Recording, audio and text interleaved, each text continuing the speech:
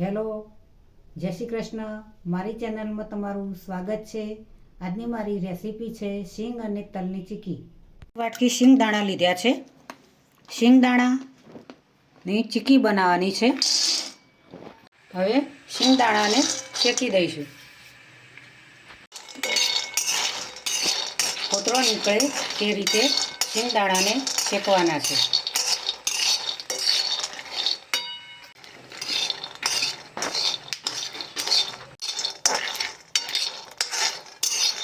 શેકાવા લાગી છે.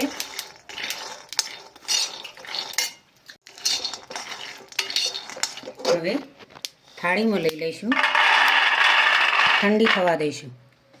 હવે તલને પણ નોર્મલી શેકી દઈશું.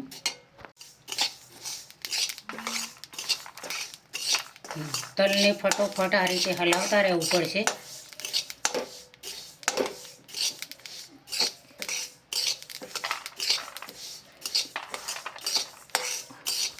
હવે તેને ક્રશ કરી દઈશું. હવે તલ શેકાઈ ગયા છે, નોર્મલી શેકવાના છે. ગેસ બંધ કરી દઈશું. હવે તલ શેકીને તૈયાર કરી દીધા છે. મિક્સર જારમાં ક્રશ કરી દઈશું.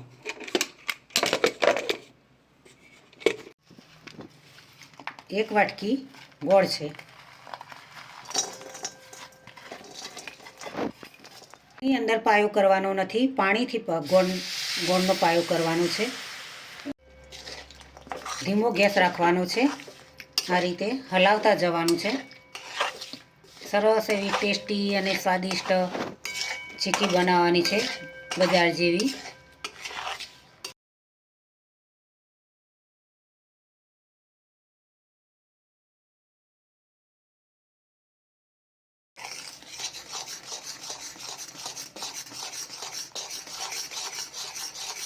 તો આવે એટલે ગેસ બંધ કરી દેવાનો. હવે તેમાં દાણાનું મિશ્રણ એડ કરીશું. ક્રશ કરેલા એડ કર્યા. હવે તલ ક્રશ કરેલા એડ કરીશું. હવે આ રીતે હલાવવાનું છે.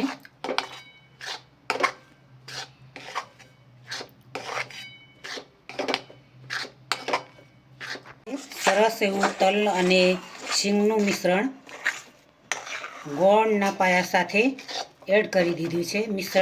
મિશ્રણ કરી દીધું છે. એડ કરી છે.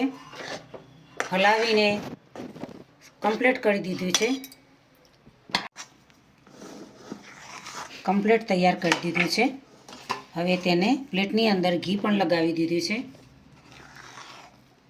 હવે પ્લેટની અંદર એડ કરીશું.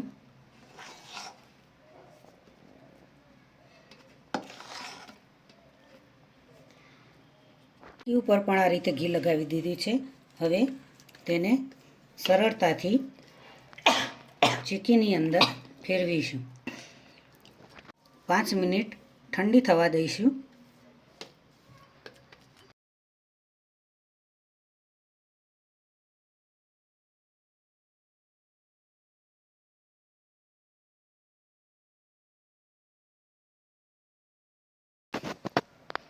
આ રીતે ચીકીને પીસ કરીશું. 5 મિનિટ થઈ ગઈ છે.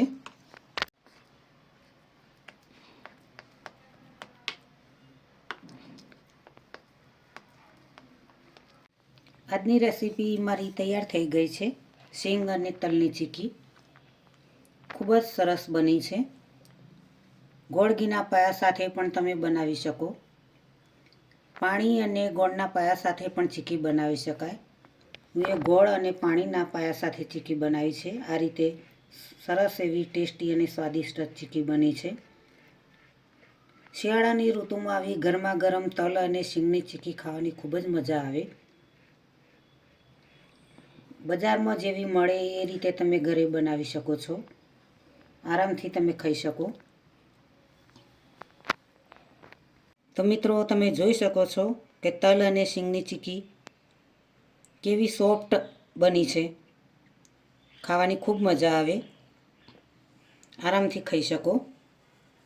વાર તહેવાર પર તમે બનાવી શકો, ઉત્તરાયણ પર બનાવી શકો, કોઈ મહેમાન આવે તો પણ બનાવી શકો. બાળકોને મન થાય કે મમ્મી ચીક્કી ખાવી છે તો બાળકોને બનાવીને આ રીતે તમે આપી શકો. આજની રેસીપી મિત્રો જરૂરથી તમને ગમી હશે. મારી ચેનલને સબસ્ક્રાઈબ કરજો, મારા વિડીયોને લાઈક કરજો, શેર કરજો, બને તો કોમેન્ટ કરજો.